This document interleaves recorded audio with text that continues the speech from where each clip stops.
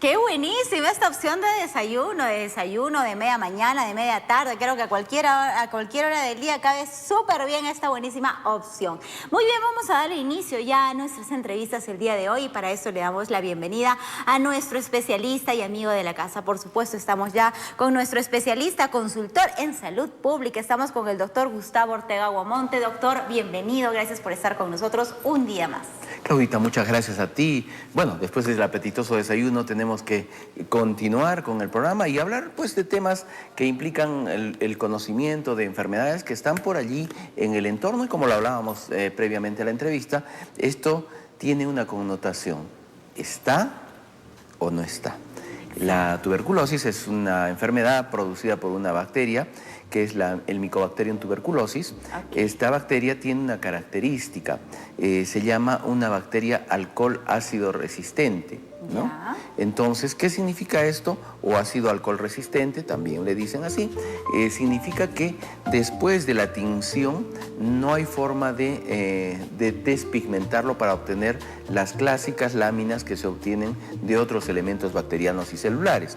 Por eso la coloración especial para este tipo de muestra que se extrae de los pacientes es de Ziehl-Neelsen, muy especial y acorde para determinar su presencia, sobre todo en las secreciones pulmonares, en las secreciones salivales. Ajá. Y esto va a dar cuenta de una enfermedad. Ahora, ¿por qué nos preocupa? Pues porque efectivamente en nuestro medio hay numerosos factores de riesgo que se están incrementando y descuidando. Muchos hablan de desnutrición como un factor preponderante. Yo diría malnutrición. Si de pronto tenemos una persona que dentro del sobrepeso que pudiera tener no tiene pues los elementos alimenticios, nutricionales, proteicos, lipídicos necesarios dentro de los oligoelementos también que tienen que estar allí, pues esta persona va a caer rápidamente en un proceso semejante. Si se trata, por ejemplo, de una persona que vive simplemente una persona en contacto con otra que es portadora del bacilo de Koch o este bacilo, pues vamos a tener la presencia de una posibilidad de contacto y contagio. Si se trata de lugares con alto hacinamiento, los asilos, los lugares de confinamiento como son las cárceles, los cuarteles, hay un estudio importante que se hizo, sobre todo en la capital de la República, donde precisamente en invierno todos tenían que estar con las ventanas cerradas. Y obviamente también por la posibilidad de un latrocinio por la ventana del colectivo, del autobús. Okay. Entonces había hacinamiento. Entonces, y las 2-3 horas de viaje en ese espacio tan reducido, pues hacía también esa posibilidad. Personas que padecen de insuficiencia renal, personas que padecen de diabetes mellitus, personas que reciben un tratamiento inmunosupresor, pacientes oncohematológicos, pacientes trasplantados, de que tienen pues alterada su inmunidad, que para el caso es importante. VIH positivo es una asociación tremenda. Las personas que estando con VIH no la tienen adecuadamente bien controlado con los fármacos que van recibiendo y pues son pasibles de también pegarse esta enfermedad. Definitivamente, ¿no? Justamente iniciando, bueno, antes de salir al aire íbamos conversando con el doctor de que la tuberculosis, si bien es cierto, hubo un tiempo en el que fue así como una epidemia, ¿no? Que era algo muy temeroso y con el tiempo dejó, ¿no? Por diferentes tratamientos, vacunas, dejó de escucharse mucho sobre la tuberculosis, pero hoy por hoy es una realidad latente también en nuestra sociedad y podemos ver que hay diferentes personas que por diferentes razones enferman de tuberculosis y que están expuestos a este riesgo. Entonces no estamos libres de la tuberculosis y como bien lo decía el doctor, el que una persona de repente se vea robusta, ¿no? O con buen peso no quiere decir de que esté muy bien alimentada, no tiene ninguna relación y eso lo vemos siempre con nuestra especialista, nuestra nutricionista Mary Kay, siempre nos dice, ¿no? El que haya subida de peso no quiere decir que estés bien alimentado, es tener una buena alimentación. Así es, así es. Y sobre todo, ahora que contemplaba y verificaba un punto del escenario que eres tú, decía lo siguiente: cuán importante es que al nacer nos hayan colocado nuestra vacuna de BCG. Exacto. Todos tenemos en el hombro derecho mayor primordialmente, la posibilidad de tener un rastro, un pequeño queloide que indica tú fuiste vacunado, tú fuiste vacunada. Algunas personas no lo desarrollan, es cierto, por otras cuestiones propias del organismo, pero sin embargo la mayoría lo tenemos. Es decir, que el sistema de vacunación pues llegó a controlar la posibilidad de enfermarnos. ¿Podemos ser portadores? Sí, podemos ser portadores, pero hay un sistema inmune que frena esta posibilidad de contagio, punto 1. Punto 2, tenemos también que tener en cuenta que tras la exposición con una persona que tose en el medio ambiente alrededor de nosotros, pues adquirimos y somos pasibles de portar estos bacilos. Una vez que han ingresado, los macrófagos, que son unas células muy especiales de defensa, empiezan a englobar, prácticamente acercar esta cantidad de bacilos que tiene que ser muy indicada, muy grande para que puedan ingresar, e ingresando simplemente se encapsulan por parte del organismo con la presencia de estos macrófagos. De no ser así, intervienen otras células, otro tipo de soldaditos, que son los linfocitos CD4, ¿no? Y estos linfocitos pues ya van a pasar en una situación en cuanto empieza a haber una diseminación linfática.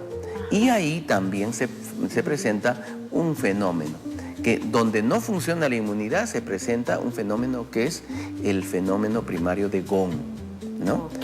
Este fenómeno de Gond tiene una característica que ya empieza a hablarnos de la enfermedad propiamente dicha. Se presenta paralelamente con neumonitis, adenitis y linfadenitis. Entonces, estas tres patologías inflamatorias confluyen en este complejo de Gond, y lo cual va a permitir que el bacilo de Koch, prácticamente este bacilo de la tuberculosis, vaya a buscar zonas de aireación. Por eso, en una radiografía de tórax, nosotros tenemos los hallazgos en las partes altas, en los ápices de los pulmones. Y esto hace que este bacilo pues tenga la aireación casi necesaria y suficiente como para cohabitar entre nosotros y empezar pues su trabajo de diseminación. Si esta diseminación es prácticamente generalizada, diremos que es una tuberculosis miliar.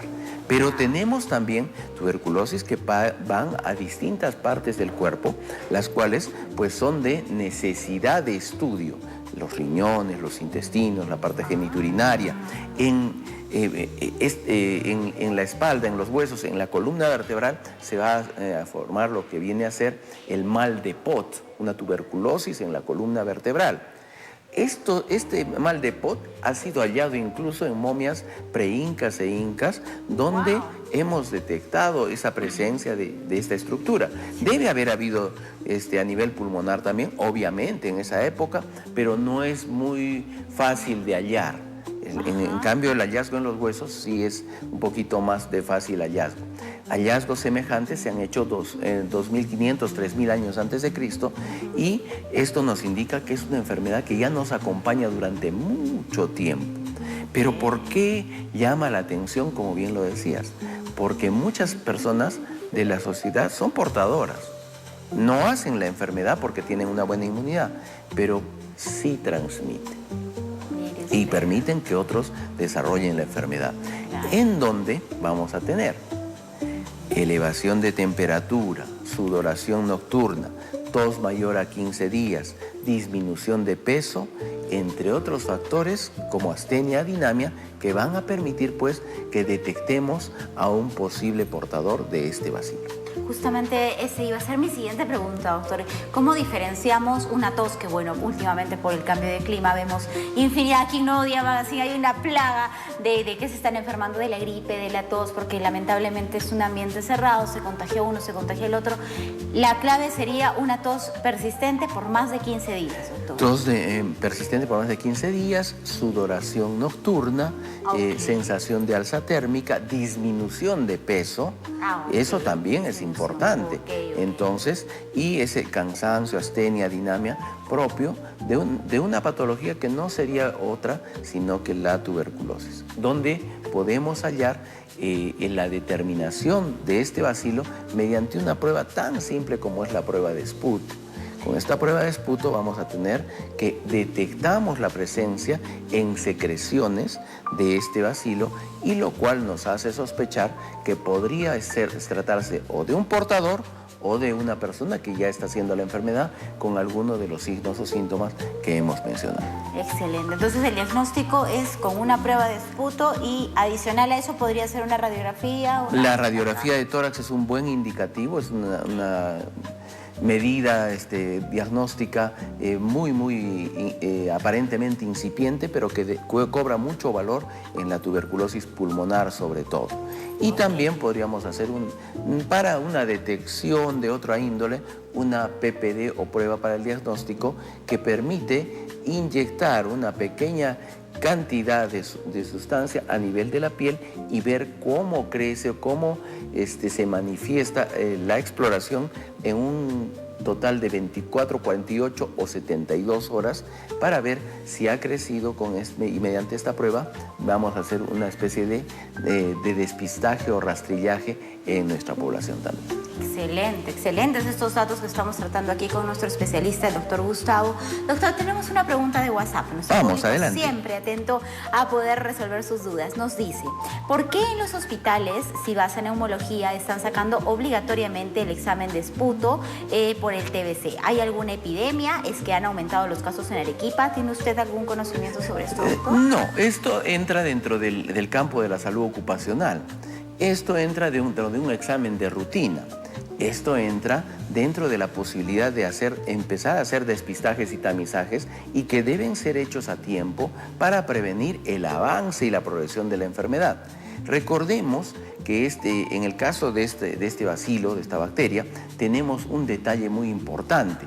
Es la alta resistencia al tratamiento antibiótico que se ha dado no solo por la transformación que ha sufrido la misma, sino también por esa alta resistencia debido al abandono del tratamiento por parte de la población afectada. Muchas personas, en primer lugar, hace muchos años, cogían las tabletitas y, como tenían un costo, pues a veces las vendían. Ajá. Otras personas no les caía bien al inicio porque pues suele ser un irritante gastrointestinal y pues generaba disconfort a ese nivel y dejaban de tomarlo al tercer, cuarto, quinto día. ¿Ya? Otro tanto de personas, habiendo escuchado que a partir de cierto día, cierto tramo del tratamiento, ya los cultivos de esputo, que son difíciles de cultivar, pero tras esta coloración se puede hacer la determinación, pues salían negativos estos cultivos, decían, oh, ya estoy curado, lo dejo de tomar. Cuando se ha visto que en un primer nivel tenemos que tener un tratamiento de hasta 6 meses. 2 de tratamiento intensivo y 4 de tratamiento de sostén, ¿no? Esto debe ser suministrado obviamente por el profesional, el médico tratante, que en un primer momento va a dar cuenta de 3 fármacos que son bactericidas y uno que es bacteriostático. ¿Cuáles son bactericidas? Isoniazida, rifampicina y piracinamida. Y el bacteriostático es el etambutol. Tener en cuenta que en el caso del etambutol puede generar algún disconfort visual. En el caso de la rifampicina puede generar también, me recuerda en nuestra plantita de ambientación, que pueden haber algunas secreciones con un color rojo. Por eso es que a la rifampicina a veces cuando se llega a miccionar le dicen rifampicina, ¿no? O también puede haber coloración a nivel de las lágrimas, que pueden tornarse un poquito en ese tono, lo cual dice que el fármaco está siendo eliminado por alguna de las secreciones corporales que tenemos. Una vez terminado estos primeros 4 fármacos por 2 meses, solo nos queda hacer 4 meses de los 2 primeros fármacos, isoniazida y rifampicina. Y con ello aparentemente habríamos terminado siempre y cuando nos den de alta, con exámenes auxiliares, una baciloscopía negativa y los controles respectivos posteriores. Excelente, doctor. Entonces, si bien es cierto, bueno, yo tenía algo de conocimiento porque tuve alguna persona muy cercana a mí, muy querida, de que lamentablemente tuvo la pena de tener tuberculosis, y sí pude tener el conocimiento de que el tratamiento era bastante largo, por varios meses, un poco tedioso, porque no hay que olvidarse, hay que seguirlo al pie de la letra, ¿no? Pero una vez terminado ese tratamiento, como debe de ser, doctor, una vez que has pasado ya por tus exámenes y que te dicen que, ok, ya estás curado, ¿no? ¿Queda la persona como siempre o queda de repente alguna secuela? ¿Hay algún cuidado adicional que tiene que tener después de haber tenido un proceso de tuberculosis? Lo que se hace con la tuberculosis es controlar el avance del mal. Ok. ¿De acuerdo?